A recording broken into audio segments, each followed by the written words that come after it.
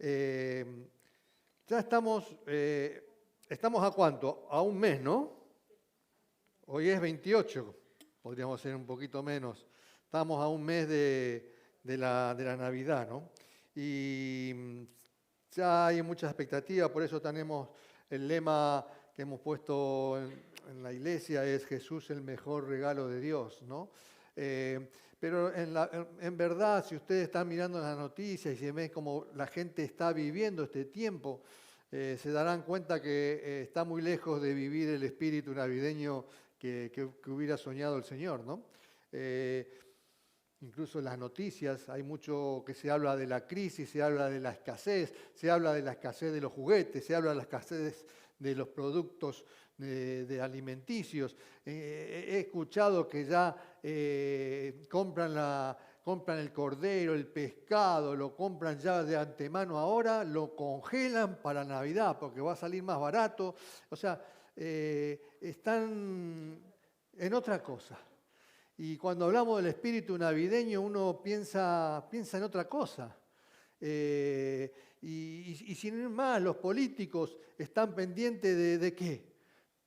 De las luces, del arbolito.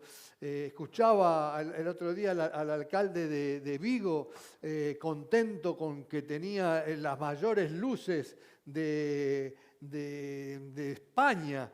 Y que esas luces, dice, claro, ¿cuál era el motivo? Y porque, claro, todo el mundo le critica porque tanto gasto, pero dice, no, son todas luces LED. Y además con esto bajamos el consumo, dice, y además atraemos el turismo.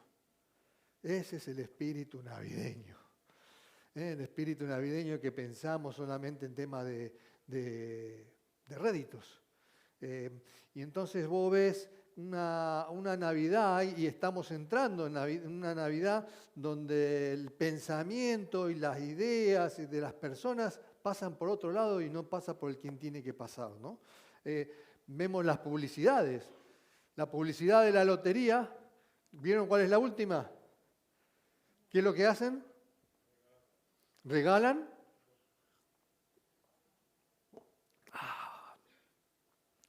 Nadie me regaló uno a mí, ¿eh? Nadie me regaló un décimo, ¿no? ¿Pero eso es regalar algo? Pregunto, ¿es regalar algo un décimo? No me dicen sí ni no, no se juegan. ¿Sí o no? ¿Qué es lo que piensan?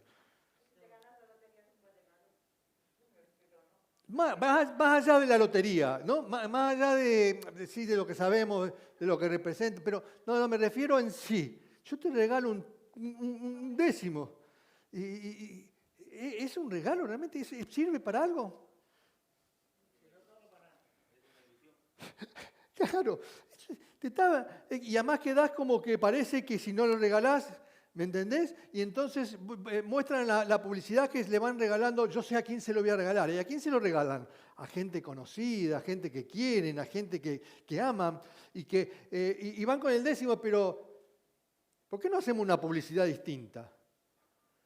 El décimo que voy a ganar, el que gana, lo voy a regalar. Entonces, estoy con otras gafas, por eso, pasame entonces decimos, ¿qué estamos hablando? ¿Qué es lo que nos están vendiendo? ¿Qué nos están vendiendo? ¿Me entienden? Entonces, estamos totalmente viviendo una actualidad donde tenemos que estar pensando en Jesús y el mundo te vende lo que quiere. Black Friday. Bueno, lo dije en... Colgate.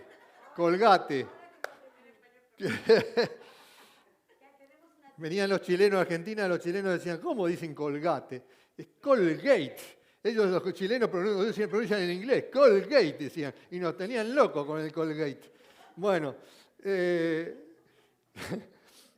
tremendo. Pero bueno, el Black Friday, ¿qué? El Black Friday viene de la acción de gracia, se vive la acción de gracia, y todo pasa que por el pavo, por el comprar en Estados Unidos es solamente el viernes. Acá en España se hace toda la semana e incluso a veces el mes, según algunos. donde no te regalan nada, y si conseguís algo, y cada vez peor todo, porque hemos también salido a mirar y hemos salido a ver qué había, y no hay nada, y encima vos ves tiendas importantes y vos decís, porquería lo que te están vendiendo, porque vos ves unos diseños, unas cosas que cada vez tienen menos cosas y te la están cobrando.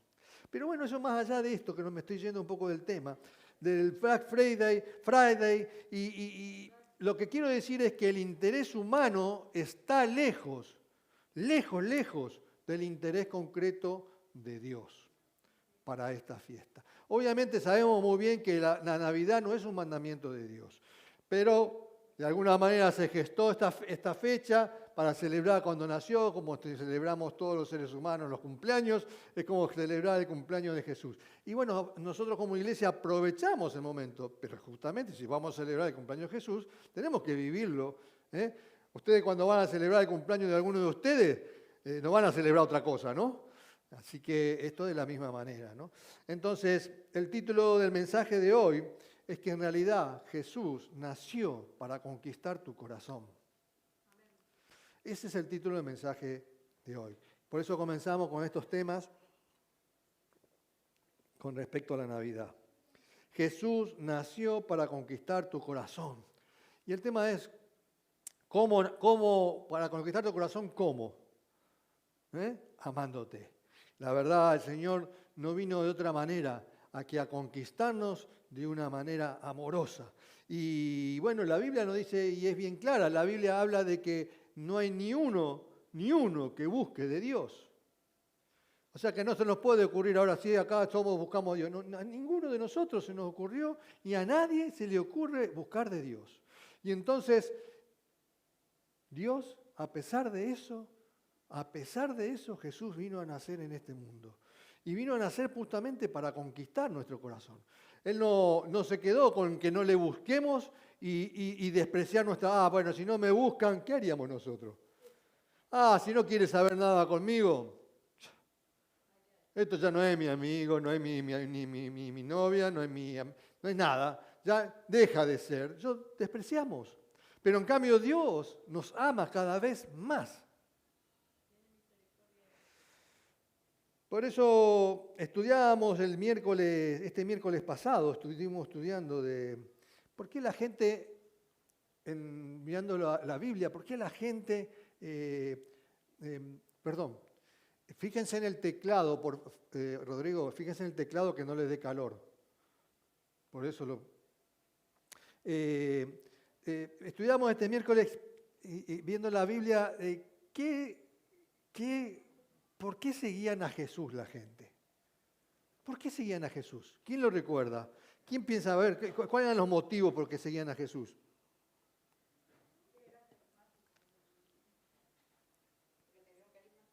Tenía un carisma especial. Bueno, ellas estuvieron el miércoles. Pero bueno, chicos que van a la clase. Jesús mismo dijo que algunos le seguían por los panes y los peces. ¿Sí?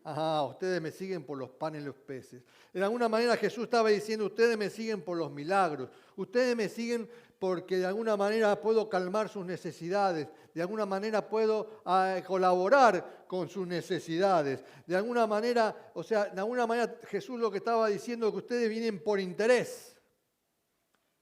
Pero justamente ese interés era para algunos, pero para otros buscaban las enseñanzas de Jesús. Y también lo buscaban, no lo buscaban porque tenía un buen parecido. Y de pronto la gente lo buscaba porque sus palabras destilaban y te transportaban la vida eterna y se sentían con paz y con gozo la gente que lo escuchaba hablar. Estaba de alguna manera ese carisma que él tenía, atraía a la gente, el mensaje que transmitía, que traspasaba los corazones de esas personas que no estaban acostumbradas a escuchar esto. Y de alguna manera una cosa importante que veíamos en el estudio es que Jesús no se impuso él como el conquistador de nuestros corazones. Él nos impuso como el Hijo de Dios. Él nos impuso como el Mesías. Por eso Jesús dice que le preguntó, ¿qué dice la gente de mí? ¿Se acuerdan? Y todos decían Elías, Pero, ¿y ustedes qué piensan?, les dijo a los discípulos. Por eso Jesús incluso les dijo, bueno, tranquilo, Pedro, ¿se acuerdan lo que usted es el Hijo del Dios viviente, el Cristo? Ahora, fíjense, él incluso les dice, no lo digan a nadie. Él, de alguna manera, no quería imponer quién era. Él quería conquistar con la obra en la cruz, quería conquistar los corazones de las personas. Que comprendieran cuando lo vean allí, que entregaba su vida en la cruz, que vieran allí quién era este hombre. Era el Hijo de Dios. Él no vino a decir que era el Cristo, el Mesías, el Hijo del Hombre. Hablaba en tercera persona. Él no hablaba de sí mismo, yo soy. No, él no decía yo soy. Yo soy el Mesías, soy el Cristo. Él no decía eso.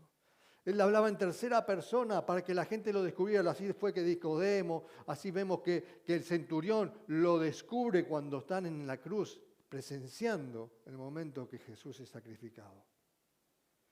Por eso, y todos sabemos que Jesús no vino a condenar al mundo, vino a salvarlo.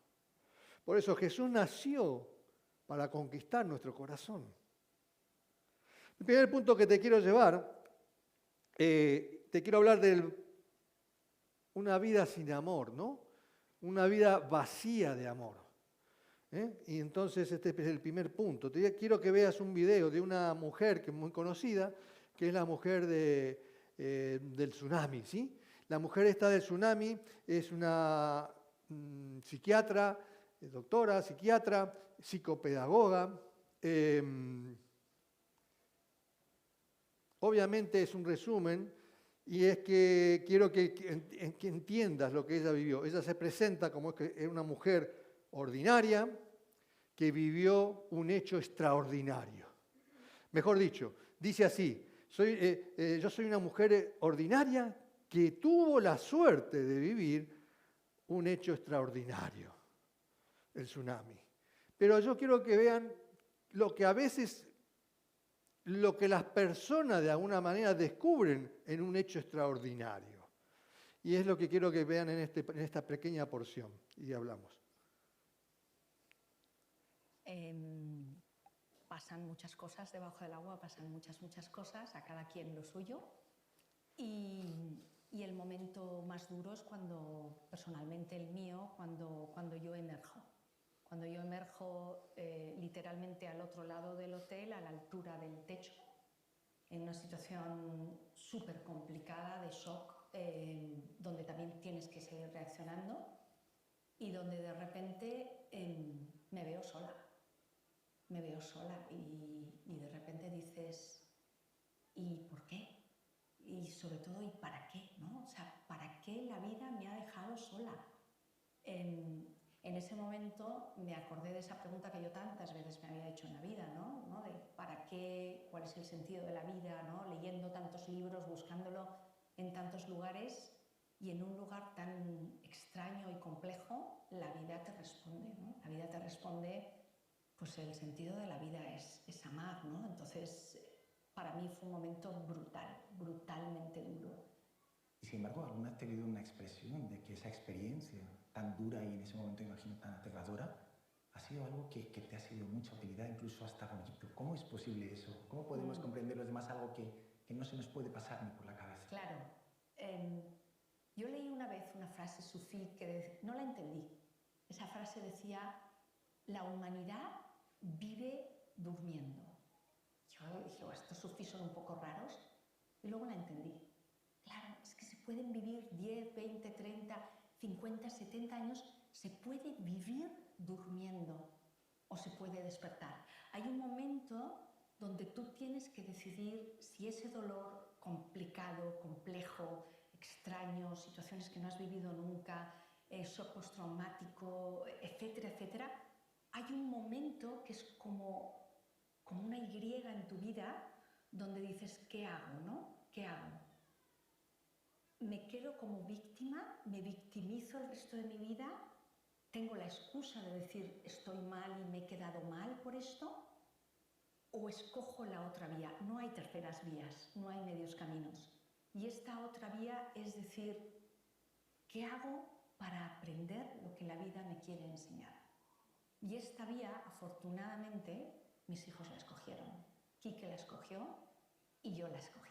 Los tres chavales, es brutal, ¿no? Como dijeron, de esto hay que aprender y hay que tirar adelante, pasando previamente, y algunos todavía por situaciones difíciles de sanación, pero hay esto me lo ha puesto ahí la vida para aprender, para sacar más recursos, para entender, para conocerme, para despertar. Cuando vemos, yo no sé lo que le habrá parecido a ustedes, en principio parece que algo que ha vivido una experiencia, ella empieza diciendo que ella estaba, o mejor dicho, estaban con su familia, estaban ahí de vacaciones en un lugar paradisíaco, idílico, en un lugar donde estaban disfrutando, estaban de vacaciones, estaba leyendo un libro, o sea, estaba describiendo que estaba viviendo un tiempo y de pronto esta tragedia llega a su vida.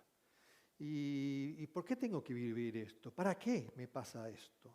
Y a veces la gente no entiende que pasan hechos extraordinarios, por eso les presento para que entiendan y vean cuando, por lo menos yo, veo vacío de amor. Esta mujer lo único que me decía y quería transmitir es que ha aprendido, no expresó lo que aprendió. No pudo describir, a mí no me describió nada qué fue lo que aprendió.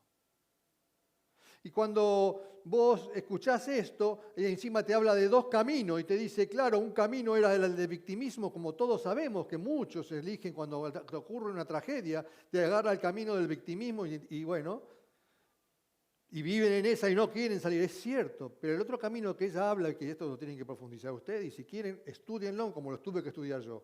Porque yo le vengo a hablar esto a ustedes de 1 minuto, 2 minutos, pero yo me tuve que ver 1 hora de esto. Y entonces esta mujer habla de que el segundo camino tiene que ver con la fuerza interior y de la lucha interna, esa que tenés que salir vos delante de los problemas de la vida, lo que vos aprendés de la vida. De la resiliencia y de ese poder interno que no te lleva a ningún lado.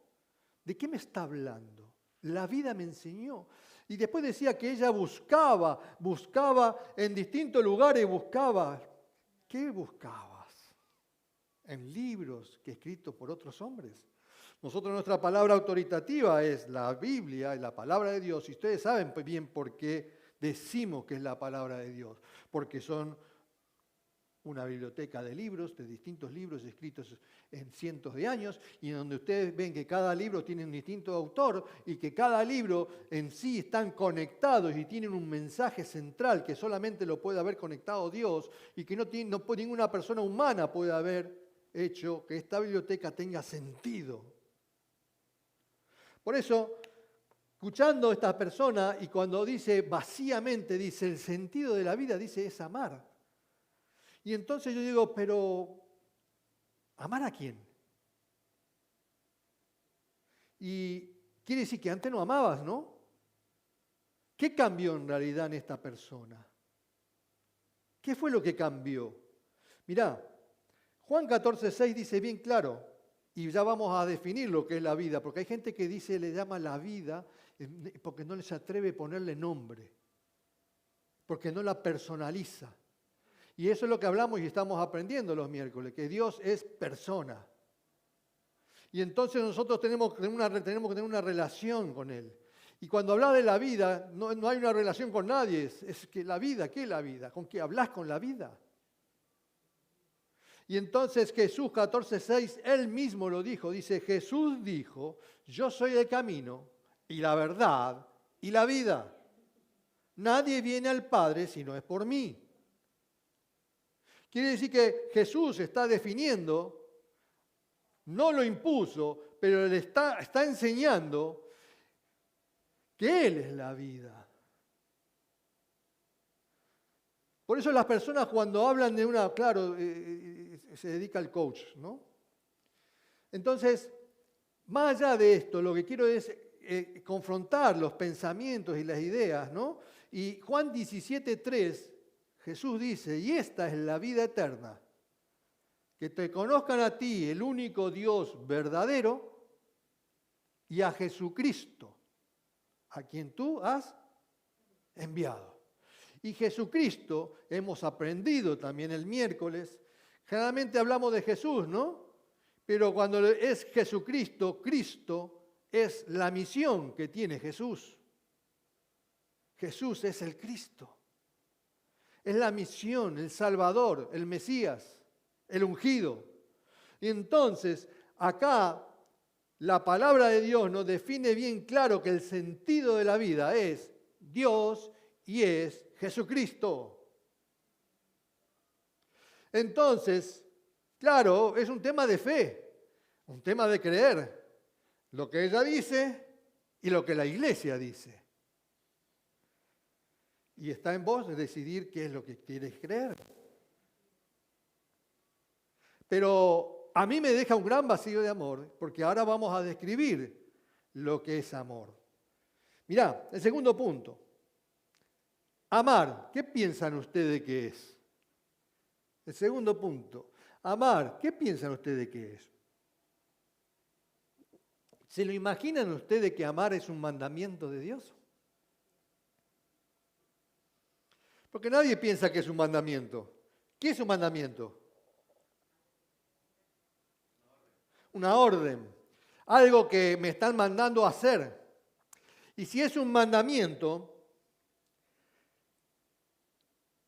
si me lo mandan a hacer, ¿por qué me lo mandan a hacer? ¿Por qué me lo mandan a hacer? Porque no lo hago.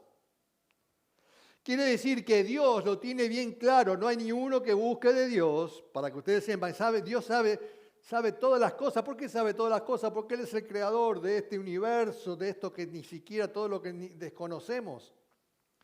Y entonces Él nos manda a amar, y es un mandamiento porque no lo hacemos. Entonces, amar es un verbo, ¿no? Es un verbo. ¿Se puede conjugar? ¿Y cómo conjugamos? Yo amo, tú amas, él ama, nosotros amamos. Quiere decir que de alguna manera todos podemos amar. Ahora, tenemos que ver esto, de qué manera, ¿no? ¿Qué es lo que entendemos de amor? Por eso esta mujer habla, el principio de la vida es amar. No, el principio de la vida no es amar. Es un mandamiento. El principio es Dios y Jesucristo. Y entonces, cuando hablamos de la diferencia del amor, el amor humano es condicional y el amor de Dios es incondicional. Mirá, Mateo 22.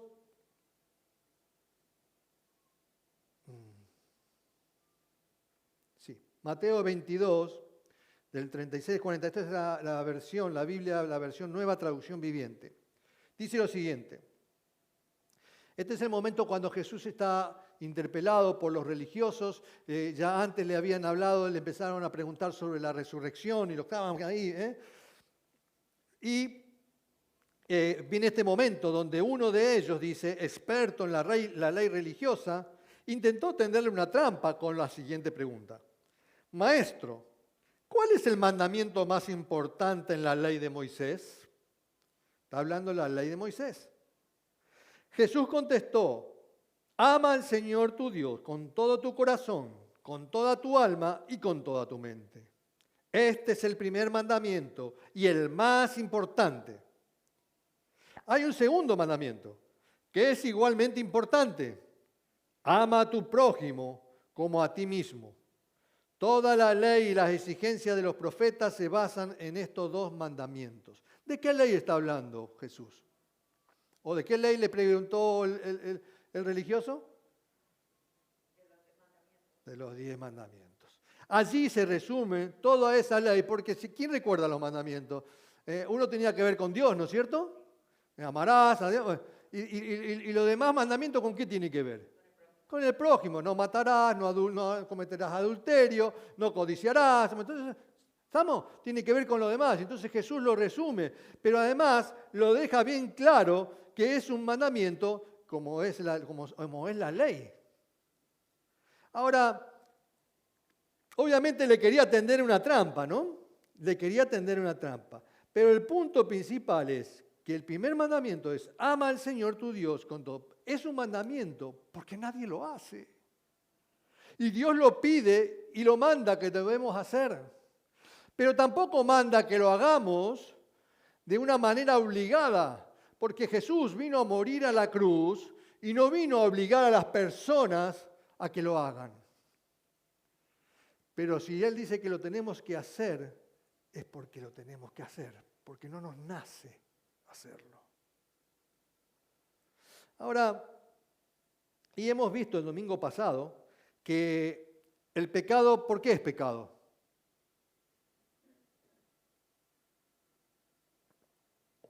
¿Porque dañamos a las personas? Porque va en contra de la ley de Dios. Es decir, porque mató a una persona, no significa que por el daño que le hice a esa persona es pecado. En realidad hay una ley que dice que yo no debo matar. Entonces el pecado es pecado porque estoy violando una ley. Y es horroroso matar a una persona. ¿Sí? Pero en realidad si no estuviera la ley, si no estuviera la ley, eso no sería pecado. Si no hubiera una ley que dijera que no podés matar a las personas, nos mataríamos todos como en el oeste. ¿Qué quiero decir con esto? Que en realidad, a pesar de lo que la condición que había en el hombre de violar todo lo que es la ley de Dios, de despreciar la ley de Dios, de no cumplir la ley de Dios, como no cumplían estos religiosos que querían probar a Jesús, Jesús todavía con amor le dice lo que tienen que hacer. Y todos despreciamos la voluntad de Dios.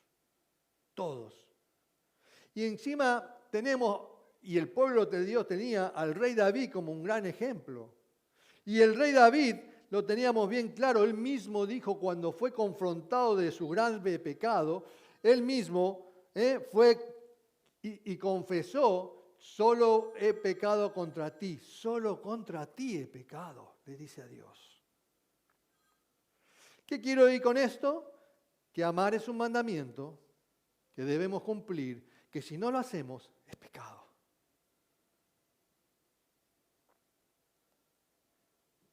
Eso trae condenación en sí mismo, el no amar a las personas y no amar a Dios.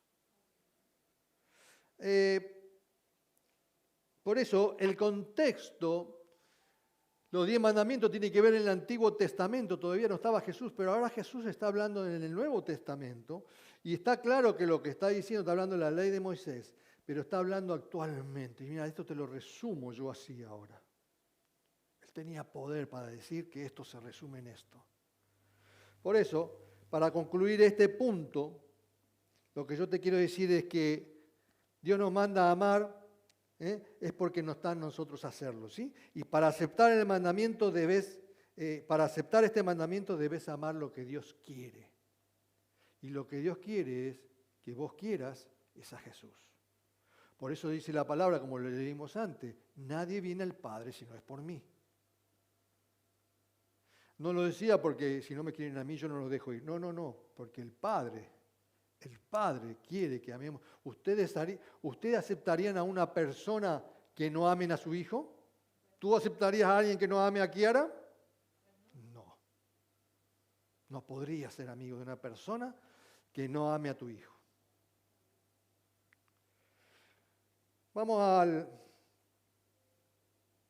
tercer punto. Dios es amor. Pero te quiero hablar para entrar en este punto. Recuerda el título del mensaje, que Jesús nació para conquistar tu corazón. ¿Y de qué manera quiere conquistar tu corazón? ¿No? Amándote. Pero para ver esto, tenemos como seres humanos que somos y seres emocionales que somos, tenemos también una confusión. La confusión está en que el enamoramiento y lo que es el amor. ¿Qué es el enamoramiento para ustedes? ¿Algo pasajero? ¿Costumbre? ¿Qué es enamorarse? Vamos, ¿no se han enamorado, che, alguna vez?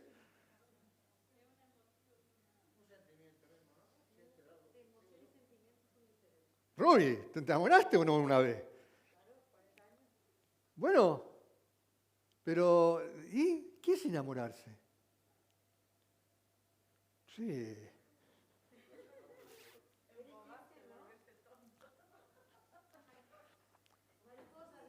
Parece que están enamorados ahora, porque están todos tontitos. Porque cuando uno está enamorado está tontito. Embobarse. A ver, enamorarse no es, pero díganme, por favor, no puede ser que no, o ya no se acuerdan. Están peor que yo. Yo estoy perdiendo la memoria, pero ustedes están peor que yo. Enamorarse es cuando vos te enamorás de una característica, de algo que de la otra parte te atrae. ¿Y vos por qué te enamorás? Por eso, si le tengo que preguntar, Karina, ¿de qué te enamoraste de Alberto? Por favor, a ver. La arregló, la hizo fácil. Mentirosa, mentirosa. Mentirosa. Porque no me vas a decir que está todo bueno en lo de Alberto. Eso nos decía a nosotros. Pero cuando lo ve en pijama, lo ve con... Bueno, es así. Nosotros nos enamoramos de las cosas buenas, lindas que tiene la otra persona. Pero con el tiempo, por eso el enamoramiento es el de corto plazo, el enamoramiento es lo que dura ahí, es la primera vista, es lo primero que tenemos y lo que vivimos en los primeros tiempos. Pero cuando la cosa se profundiza y cuando pasa el tiempo y empezás a descubrir que ya contesta mal, porque no vamos a decir que alguna vez hubo un enojo, que alguna vez te contestó mal, que dijo una mala palabra, o que hizo algo malo, o que miró mal a la suegra, o lo que sea. Y entonces ahí es donde vos tenés que decidir si voy a amar o no a esa persona. Porque mucha gente se enamora al principio y después ¿qué pasa? Se desenamora. ¿Por qué? Porque claro, no ama lo que no le gusta de esa persona, porque si no se casaría. ¿Está claro, no? Y esto pasa con Dios. Es muy fácil enamorarme y por eso los ciclos de violencia, hablando de este tiempo de que se habla en España, de la violencia de género y la violencia con las mujeres, el ciclo de violencia es esto. Me enamoro un tiempo, pelea. Me vuelvo a enamorar. ¿Me enamoro de qué? Me enamoro de esa cosa linda. Ah, sí, porque yo sé que ahora viene tiempo lindo y ahora, qué lindo. Y pum, de nuevo. Y así. Y volvemos al ciclo de violencia. Y el ciclo de violencia es vivís enamorándote de la cosita buena que dura poquito. No vamos a decir cómo, dura poquito. Y entonces, y cada vez el ciclo de violencia, cuando cada vez dura menos, entonces la violencia es mayor. Pero eso no es amor. Y entonces, el enamoramiento es la atracción inicial. Y mucha gente a veces nos llegamos a Dios enamorándonos porque nos gusta, como decían ellos, ustedes me siguen por los panes y los peces. Entonces Dios te está diciendo bien claro, ustedes están enamorados de mí, claro, me enamoran la parte linda mía, pero cuando yo digo que vos tenés que hacer tal cosa, tenemos que, bueno, ya no, el amor se me está yendo.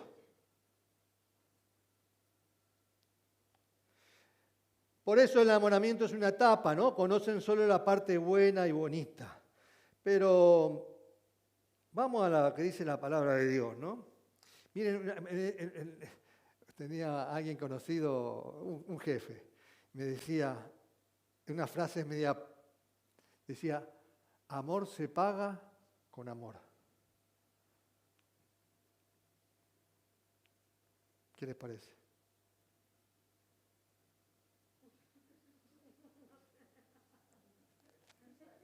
¿Qué dicen? No dicen nada. ¿Les gusta? ¿No les gusta? ¿Está bien o está mal?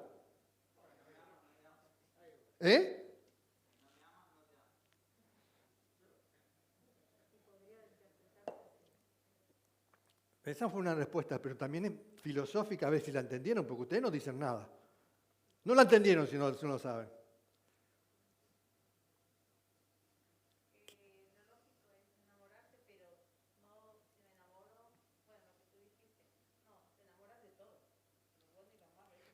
Claro, pero cuando decimos amor se paga con amor, ¿está bien eso?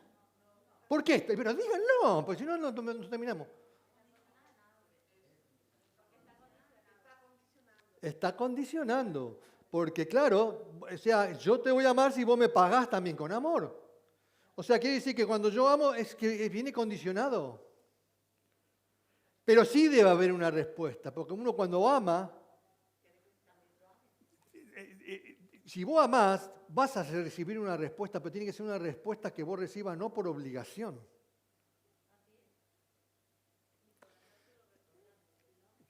Claro, me dijiste, me lo prometiste, mirá que cuando...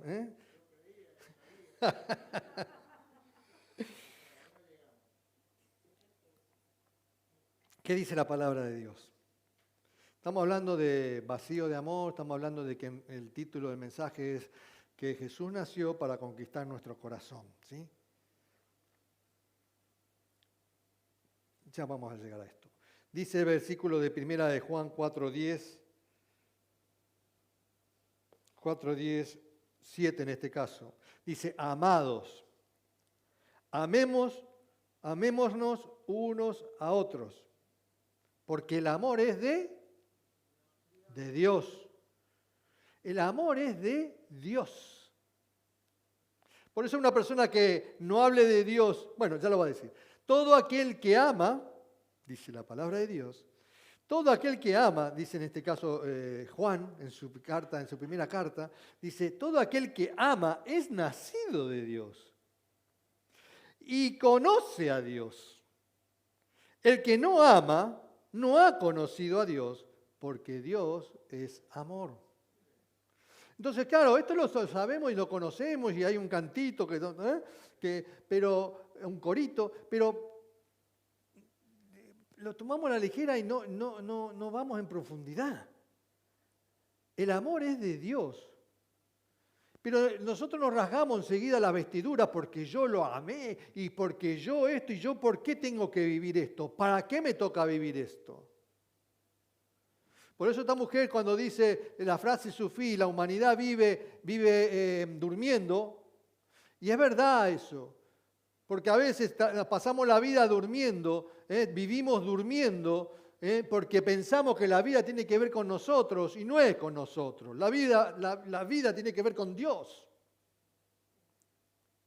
Y entonces un día despertás, te ocurre una tragedia, o te ocurre un hecho impresionante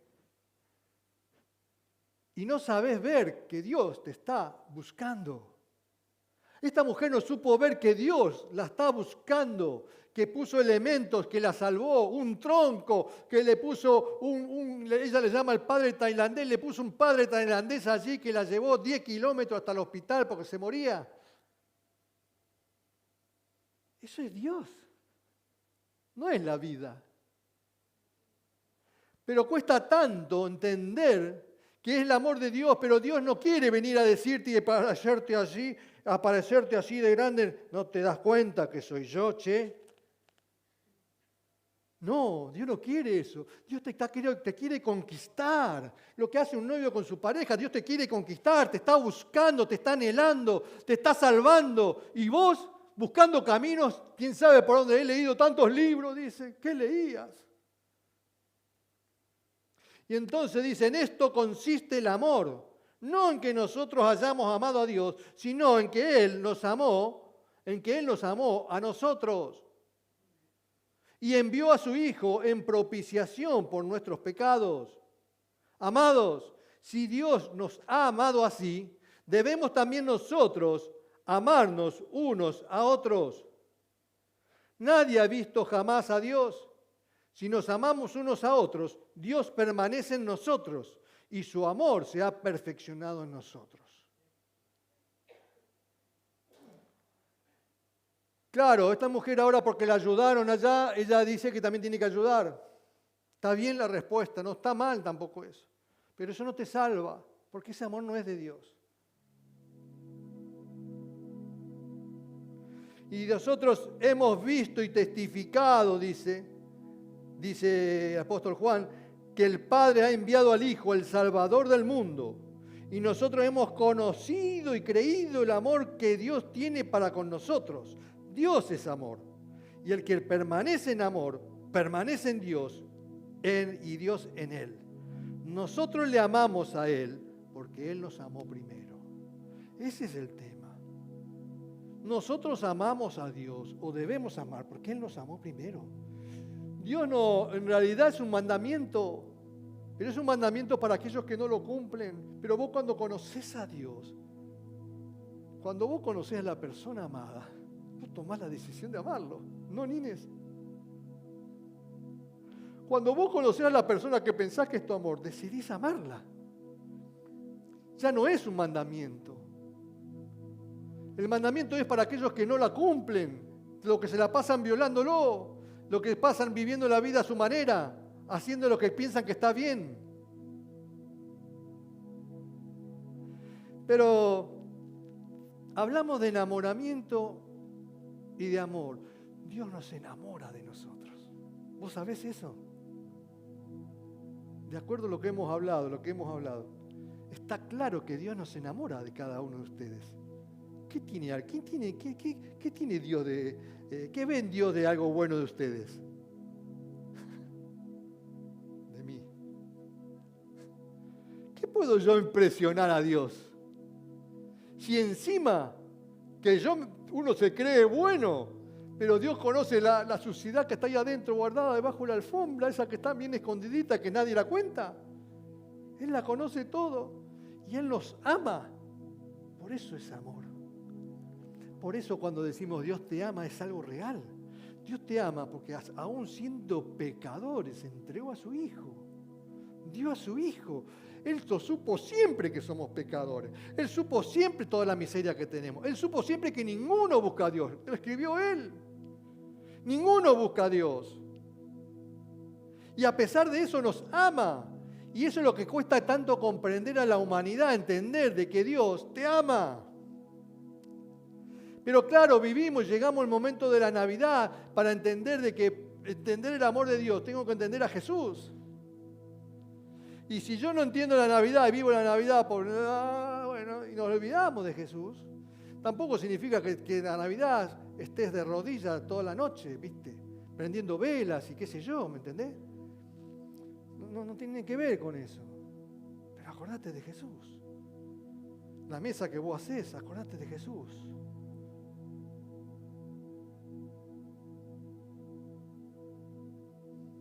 El último punto, y vamos terminando. El amor eterno de Dios. Mirá, el mensaje central de la Biblia está en Juan. ¿Cuál es el mensaje? ¿El central? Juan 3:16. Es el versículo central de la Biblia. Porque de tal manera, ¿sí? Para que todo aquel. ¿Qué nos deja claro este versículo? Que Dios ama a todos. Quiere decir que Dios ama a todos. Esto lo dijo Jesús, ¿eh? Dios ama a todos. Porque amó al mundo. O sea, que no es que desprecie a alguno, porque la gente piensa así, a mí no, con Dios, no, porque conmigo. Dios ama a todo el mundo. No es que no ama a algunos sí, otros no. O ama al que hace el buen trabajo, o al que viene todos los días a la iglesia. No tiene nada que ver con eso. Dios ama a todo el mundo. Al que está en la iglesia y al que no está en la iglesia. Ama. Pero también nos dice bien claro algo. Porque esto es lo primero que Él nos dice, ¿no? Y después deja bien claro algo. ¿Para qué ha dado a su Hijo? Quiere decir entonces que si nosotros vemos aquí, vemos otra historia, que no todos, por más que Dios ame a todos, no significa que todos van a ser eternos. ¿Quiénes son los que van a ser eternos? Los que creen. Porque dice, aquel que crea en quién, en el Hijo, entonces dice, tendrán la vida eterna. Quiere decir que esos son los que van a ser eternos. Esos son los que van a vivir el amor eterno de Dios. Si no, te vas a quedar como algunos sin conocer en realidad. Porque Dios te está amando y eso es inevitable. Y vos no te das cuenta. Y vas a quedarte aquí en este mundo y vas a terminar en esta tierra sin tener el amor eterno de Dios. Porque no lo has conocido. Porque para tenerlo tenés que conocer a Dios. Tenés que conocer a Jesucristo. Esta es la vida eterna. Por eso yo hablaba ayer con alguien y le preguntaba, ¿dónde está la seguridad? ¿Cuál es tu seguridad de cuando si tenemos que partir? Viene el tsunami hoy. Oye, claro, ahí está le agarró, pero imagínate, vos, ¿quién iba a pensar que estabas ahí leyendo un libro, un lugar paradisíaco, idílico, como decía ella, idílico, y acá leyendo un libro, que te iba a venir la nube negra ahí, la ola gigante, y se acababa el mundo? Nadie lo piensa. ¿Y dónde está tu seguridad de amor eterno de Dios? Y entonces, claro, es importante esto. La seguridad que tengo es, Jesús murió en la cruz por mí. Y eso es teórico ya. Qué lindo, ¿no? Porque yo ya, Jesús murió, ya lo sé, es histórico, está en todos lados, hay películas y qué sé yo. Yo creo que Jesús, ya está. ¿Eso es todo? ¿Eso es todo? Obviamente que yo para recibir la salvación no tiene que ver con lo que yo haga, es por lo que Él hizo. Pero tiene que pasar algo para que yo interprete esa cruz. Y es lo que le pasó al rey David. El rey David, cuando reconoce su pecado, su grave pecado, él interpreta y sabe que necesita la misericordia de Dios. Yo si recurro a la cruz es porque tengo que reconocer algo. ¿Qué tengo que reconocer? Que necesito de Dios, que soy pecador, que necesito que me salve. Porque si yo no acepto a Jesús y no comprendo la cruz, lo que Él hizo en la cruz, yo no soy salvo. Por eso dice el versículo que hemos leído anteriormente, en propiciación, fue dado en propiciación de mis pecados. Pero entonces, mira, por eso David decía, debes creer lo que creemos que creía el rey David. Decía, tú, oh Dios, decía David, no desprecia el corazón quebrantado y arrepentido. Nosotros no podemos llegar a la cruz y solamente por creer que murió en la cruz ya estoy salvo. Tengo que tener un corazón quebrantado y arrepentido porque yo tengo que sentirme que Él se llevó mi carga, pero yo no me la puedo pasar quebrantado. ¿Vos te imaginás? Te lo digo, vamos a poner un ejemplo ahora. Mirá si tu hijo tuviera que morir crucificado en la cruz, tu hijo, para vos ser salvo. ¿Qué dirías? ¿Cómo estarías vos? Porque tu hijo decidió tomar tu lugar en la cruz por vos. ¿Qué dirías vos? ¿Cómo te pondrías? ¿Cómo estarías? Estarías quebrantada, ¿no? Pero así deberíamos sentirnos nosotros. No un lloro de amargo, pero sí un lloro de decir, gracias Señor, esa emoción, ese gracias Señor porque fuiste allí para llevar mis pecados.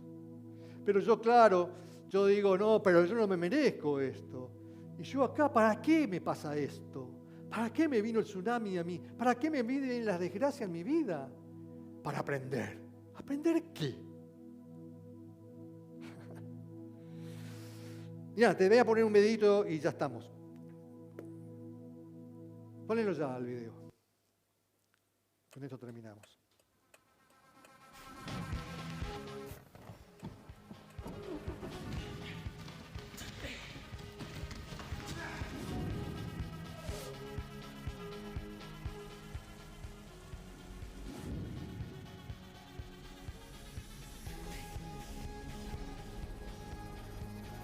Inconquistable.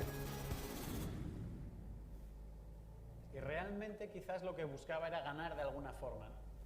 Yo competía en karate y competí toda mi vida.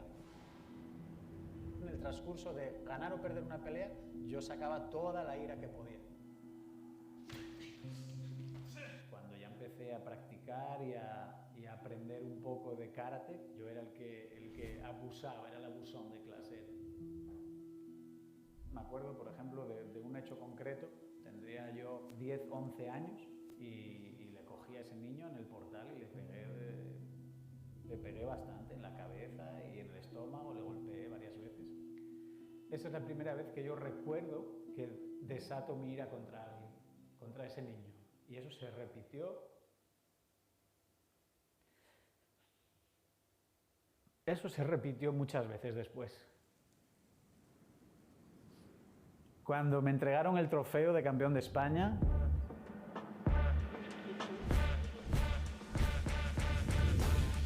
yo lo abracé, ¿sabes? Era mi tesoro. Y yo en ese momento me dirigí a Dios y le dije, ahora sí, te voy a seguir, te voy a servir. Pero no, yo me emborraché como nunca. En mi vida, algo que me tenía absolutamente conquistado el corazón eran la ira y el alcohol.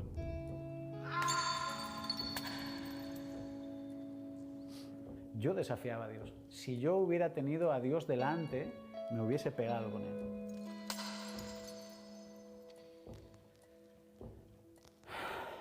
Le gritaba cosas muy feas, malas, lo peor que salía de mi corazón.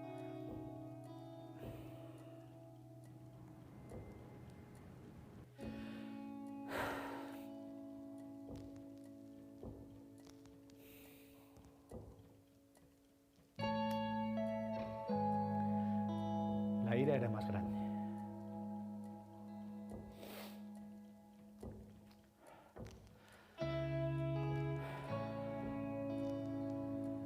Y hubo una noche en concreto que fue la que marcó el antes y el después en mi vida.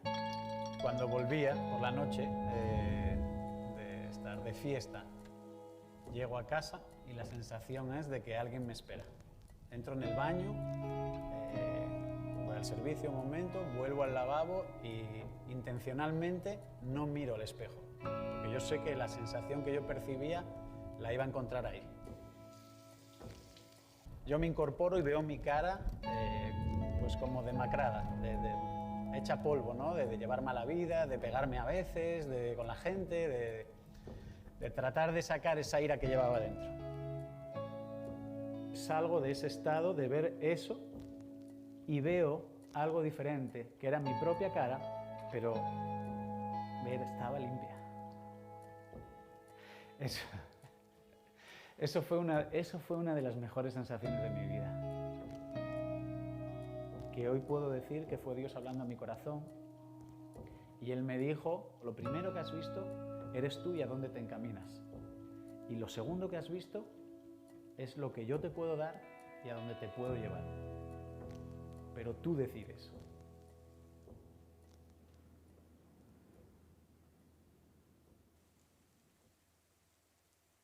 Desperté por la mañana, me di cuenta de que lo que había vivido estaba ahí. Realmente no sabía dónde iba. Cogía el coche, iba para un lado, para otro, pensaba mucho lo que me acababa de suceder.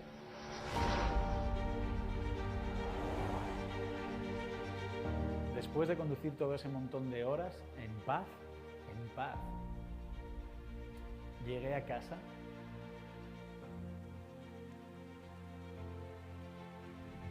Finales de marzo del año 2000,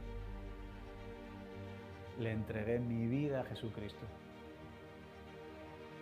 Le dije a Dios que le entregaba todo, que no podía con la ira, que no podía con los engaños, que no podía con el alcohol. Y que Él fuese el que guiase mi vida desde entonces. La ira en ese momento no tenía poder. Cristo rompió la cadena de la ira en mi vida. Eso fue liberador. Fue brutal.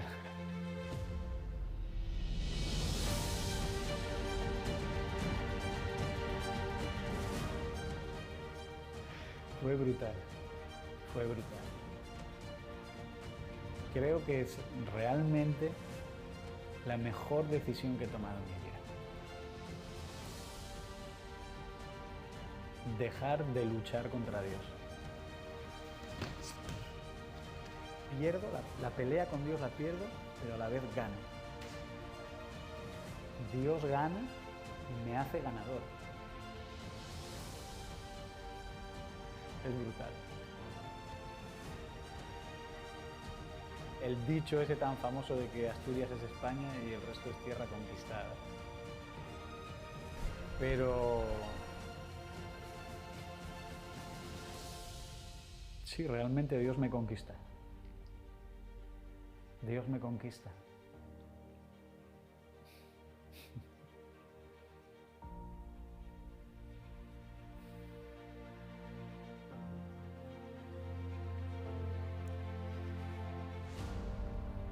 A veces es difícil describir con palabras muchas cosas, ¿no? Por eso un video ayuda a que se pueda entender todo esto que hemos estado hablando. Entender de, si vos decís que entregaste tu vida a Jesucristo, si vos decís que Dios te conquistó, tiene que haber cambiado algo en tu vida. Si todavía en tu vida no ha cambiado nada y seguís siendo la misma persona que venías siendo, es porque todavía estás durmiendo. Todavía no despertaste. Este hombre, cuando vos lo ves, y a mí me impactaba, y me quiebro, y hasta casi brotan las lágrimas de verlo, es ver un hombre quebrantado. Es lo que decía David, un hombre quebrantado y arrepentido, avergonzado de las cosas que hizo, de las malas cosas que hizo. Y ver ese hombre que casi le brotan las lágrimas, que no para, que se tenía que contener, de decir las cosas malas que todo bueno hemos hecho en la vida. Y entonces descubrí de que este hombre dice después que Dios le conquistó